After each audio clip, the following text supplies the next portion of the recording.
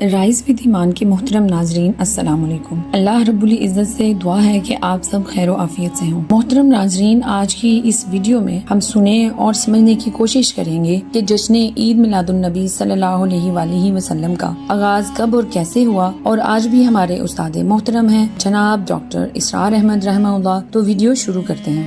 12 ربیع الاول کے دن کو ہمارے ہاں عید النبی کے نام سے منائے جانے کا کچھ عرصے سے رواج ہوا ہے۔ یہ رواج کچھ زیادہ پرانا نہیں ہے۔ جہاں تک لفظ عید کا تعلق ہے، اس کا انطباق تو اس پر کوئی غلط نہیں ہے، صحیح ہے، اس لیے کہ لغوی طور پر عید کے معنی ہے بار بار لوٹ کر آنے والی شے یا خوشی،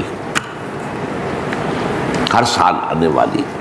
عید الفطر ہر سال آتی ہے، عید الاضحیٰ ہر سال آتی ہے، عاد یعود لوٹنا، تو عید اسی سے بنا، لوٹ لوٹ کر آنے والی، پلٹ پلٹ کر آنے والی۔ اس اعتبار سے تو یہ یقیناً یوم عید ہے، لیکن یہ اصل میں اس کے لیے اس کا استعمال جو ہے یہ بہت ہی تھوڑے عرصے قبل شروع ہوا ہے، یہ کوئی قدیم بات نہیں ہے۔ اول تو یہ کہ حضور کی ولادت جو ہے 12 ربیع الاول متفق علیہ نہیں ہے، حضور کی ولادت کی تاریخ طے نہیں ہے۔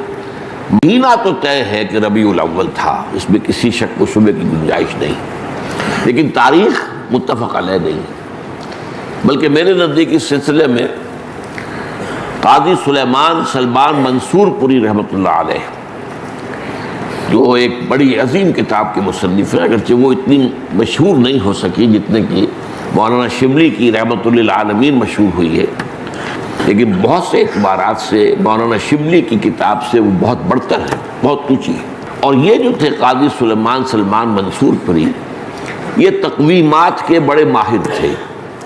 گرگری کیلنڈر جو ہے، جو کرسچن کیلنڈر ہے، اس کو بھی خوب جانتے تھے، اور یہ جو قمری کیلنڈر ہے اس سے بھی خوب واقف تھے، ہندی کیلنڈر سے بھی پوری طرح واقف تھے، اسی طریقے سے یہودیوں کے کیلنڈر سے بھی پوری طرح واقف تھے۔ تو اس میدان میں ان کا خاص چونکہ ایک معاملہ تھا، تو انہوں نے طے کیا ہے یہ، اور میں اسی سے متفق ہوں، کہ حضور کی تاریخ پیدائش 9 ربیع الاول تھی۔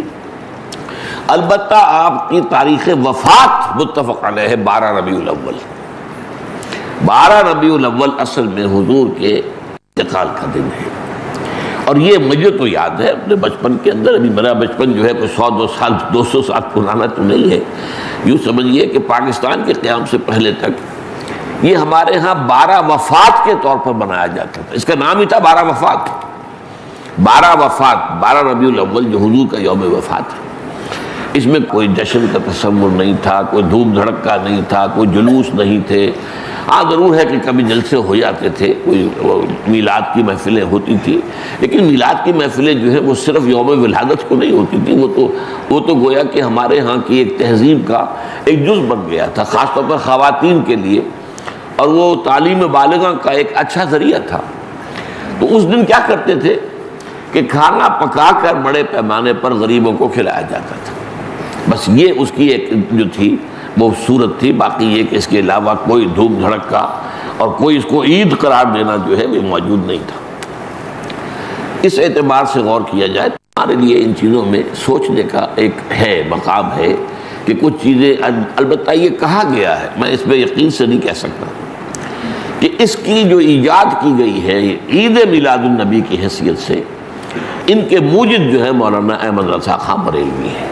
اس کی وجہ کیا تھی؟ اس وقت جو ہے شیعہ سنی کچھ معاملہ مسابقت کا شدت اختیار کر گیا تھا۔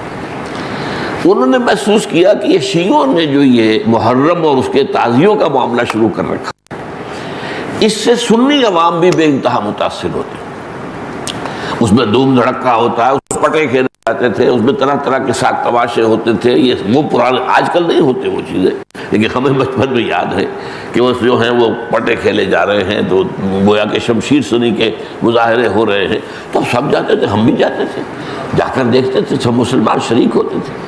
اب اس ضمن میں جو بھی کچھ بیان کیا جاتا تھا وہ اس کا ظاہر بات ہے کہ ہمارے ذہنوں پر، ہمارے تحت الشعور پر اثر پڑ رہا تھا۔ تو یہ جو ہے اس کا ایک دعویٰ کرنے کے لیے کہ اس کا علاج ہم سنی بھی کریں، تو کوئی ایسی ہی چیز ہونی چاہیے جو لوگوں کی دلچسپی کا ذریعہ بن جائے، موجب بن جائے، اور لوگ اس کے اندر ذوق در ذوق شریک ہوں۔